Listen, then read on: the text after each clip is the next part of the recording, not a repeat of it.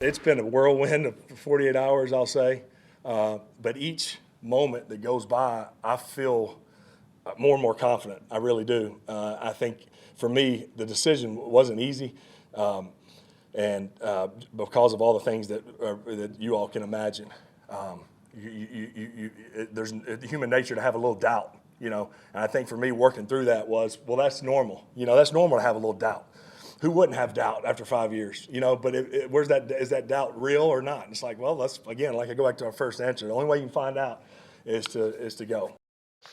Well, I think Philip Rivers is going to find out real fast because the Colts are on the road and face the Seattle Seahawks. Look, Riley Leonard was a full participant in practice yesterday.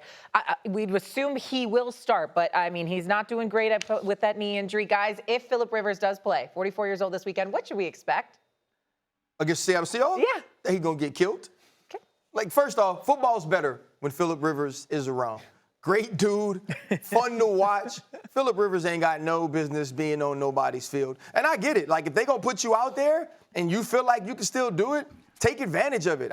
This dude raised 11 kids. There's nothing this man can't do. I'm with you. And he clearly has the support of a great woman. And so if they're going to allow him to get an opportunity to go out and play a game that he loves, a game that I believe he became a Hall of Famer in, then absolutely go do it. But not against the Seattle Seahawks. This will be a bloodbath for Philip Rivers and the Indianapolis Colts if he starts this weekend.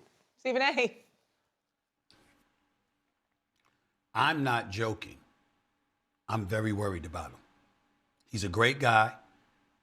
He was a great quarterback, arguably a Hall of Famer, definitely in some other people's eyes. We know what he can bring to the table when he was playing. The man hasn't played in 5 years, and he's going against Seattle. And this is the one part that no one brings up. They keep mentioning Seattle and how they're going to go at him because of Seattle's defense. RC, T.O., what about Seattle going like this?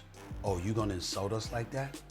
A brother that ain't played in 5 years, you just gonna bring him out on the field against us? Who you think you playing with?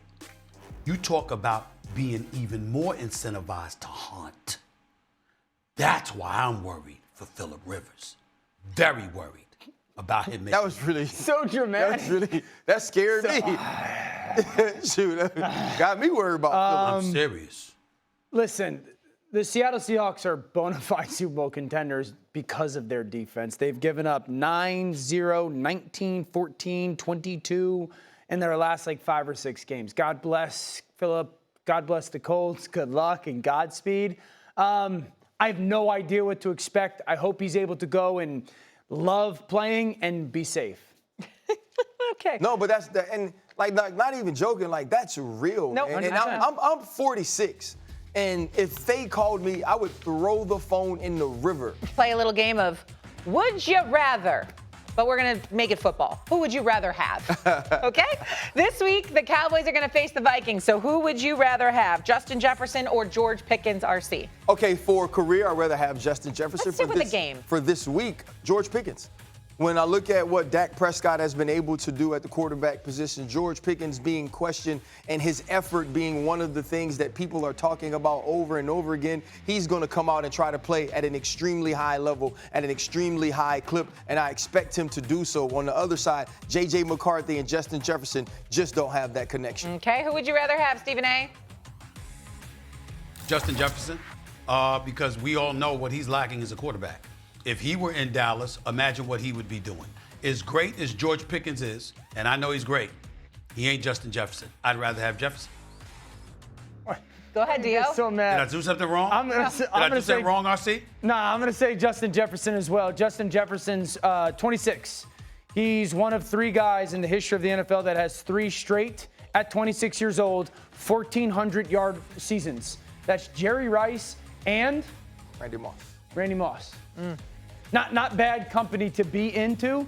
I'm going to say Justin Jefferson. I agree, but J.J. McCarthy and him were better last week, specifically J.J. McCarthy. I'm going to say Justin Jefferson. Okay, let's keep it moving here. The Lions travel out west to face the Rams on Sunday, and so who would we rather have? Amon-Ra St. Brown and Jahmyr Gibbs, or Puka Nacua and Devontae Adams? Puka Nacua and Devontae Adams. You have the best possession receiver in the NFL in Puka Nacua, and you have the best right now red zone receiver in the NFL. Davante Adams has 12 touchdowns. That's 4 more than anybody else. This is like the take the horse to water. You can't make him drink.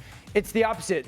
Puka gets you to the water, and then Davante's the one who drinks it. This offense and the connection pass game-wise is the best thing in the NFL. Well, here's the thing, though. When you look at Amon-Ra St. Brown and Jahmyr Gibbs, they're turning water into wine, though.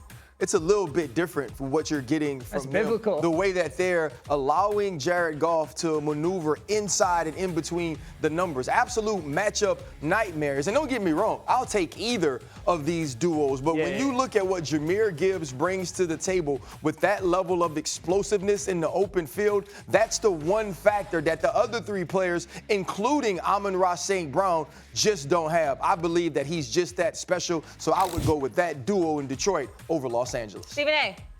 I don't blame RC for feeling that way. We were on the field together during Monday Night Countdown, interviewing Gibbs weeks ago. I actually love doing those segments with RC, by the way, leading the way. You're looking all dapper on the football field, trying to outdress me. Didn't work this past Monday, though, but that's a different subject for another day. The point is that I get where he's coming from, but I would go the route of Puka Nacua with Davante Adams.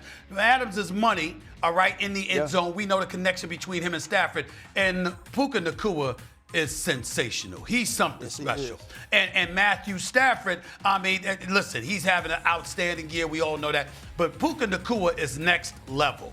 Not to say that those other cats ain't, but give me Puka Nacua and Davante Adams. I can rely on them. Models of consistency and excellence.